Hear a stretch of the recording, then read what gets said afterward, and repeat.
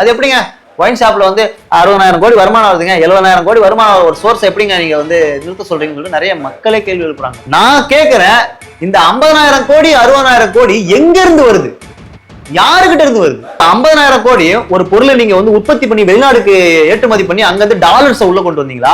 நம்ம மக்கள்கிட்ட இருந்து ஒரு மது உற்பத்தி பண்ணி அந்த மக்கள்கிட்ட வித்து அவங்கள்ட்ட இருந்து வர்ற வருமானம் ஒரு நாட்டுக்கான வருமானங்கிறத நம்ம எப்படி ஏத்துக்கிறது? ஒரு நாட்டுக்கான வருமானங்கிறது ஒரு பொருட்களை உற்பத்தி பண்ணி வெளிநாடுகளுக்கு ஏற்றுமதி பண்ணி அங்க இருந்து டாலர்ஸ் உள்ள கொண்டு வரும்போது நம்ம நாட்டுக்கான வருமானம். இப்போ ஒரு குடும்பம் இருக்கு, அப்பா வந்து ஒரு மளிகை கடை வச்சிருக்காரு, தான் புள்ள வந்து அவங்க அப்பா கிட்ட போய் சமைக்கிறதுக்கு தேவையான பொருளை வந்து அவங்க அப்பா கிட்ட காசு கொடுத்து வாங்குது.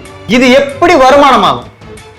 ஒரே குடும்பத்தில் உள்ள காசு ஒரே குடும்பத்துக்கு போகுது, இது எப்படி வருமானமாகும்? பிள்ளையோட காசு அப்பா கிட்ட போகுது, அப்பாவோட காசு பிள்ளைகிட்ட வருது, இது எப்படி வருமானமாகும்? அதே மாதிரிதான் தமிழ்நாட்டுல அந்த மதுங்கிறது நாமளே உற்பத்தி பண்ணி நாமளே அதை மக்கள்கிட்ட கொடுத்து அதை ஒரு வருமானமா ஈட்டிட்டு இருக்கோம். 50,000 கோடி வருமானம் வருது, 60,000 கோடி வருமானம் பெருமையா பேசிட்டு இருக்கோம். அப்போ வருமானங்கிறது எது? நாம ஒரு பொருளை உற்பத்தி பண்ணி வெளிநாடுகளுக்கு ஏற்றுமதி பண்ணி அங்க இருந்து டாலர்ஸ் உள்ள கொண்டு வந்தா அதுக்கு பேரு வருமானம்.